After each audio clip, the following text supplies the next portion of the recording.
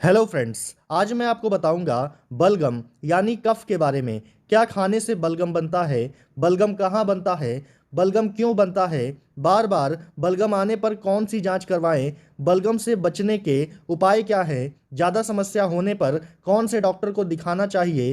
पूरी डिटेल्स जानेंगे इस वीडियो में। तो चलिए शुरू करते हैं। नंबर वन, क्या खाने से बलगम बनता है। मीठी चीज़ें खाने से बलगम बनता है, जैसे चीनी इत्यादि। ठंडी चीज़ें खाने से बलगम बनता है, जैसे कोल्ड ड्रिंक इत्यादि। दूध, मसालेदार भोजन करना, तला भुना खाना, बहुत ज़्यादा मीठे और खट्टे फल, ठंड या बारिश के समय में ज़्यादा बाहर रहते हैं, शारीरिक गतिविधियाँ कम करते हैं, मतलब आपका मेहनत वाला काम कम है, वायु प्रदूषण, धुएं आदि से बलगम बनता है। नंबर टू, बलगम कहाँ बनता है। बलगम का संबंध फेफड़ों से होता है। फेफड़ों के अंदर अंदरूनी पार्ट मतलब सबसे छोटा पार्ट एल्वेलॉय होता है, उसके अंदर इसका निर्माण होता है। एल्वेलॉय को बाहर से देखें तो इसके अंदर छोटे छोटे गुब्बारे मतलब स्पंज की तरह होता है। अगर इसे अंदर से देखें तो इसमें स्पेस होता है और इसके अंदर बलगम का निर्माण होता है। नंबर थ्री, बलगम क्यों बनता है। ये इन्फेक्शन बैक्टीरिया फंगाई की वजह से हो सकता है। ब्रोंकाइटिस मतलब फेफड़ों में सूजन, निमोनिया, अस्थमा, सीओपीडी की बीमारी, एलर्जी, टीबी यानी ट्यूबरकुलोसिस, लंग कैंसर आदि से बनता है।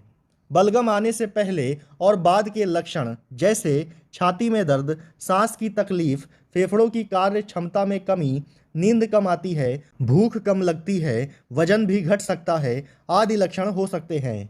नंबर फोर, बार बार बलगम आने पर कौन सी जांच करवाएं, जैसे चेस्ट एक्सरे, स्पुटम कल्चर, इससे टीबी के बारे में पता चलेगा। सीआरपी जो लंग्स में सूजन को बताता है।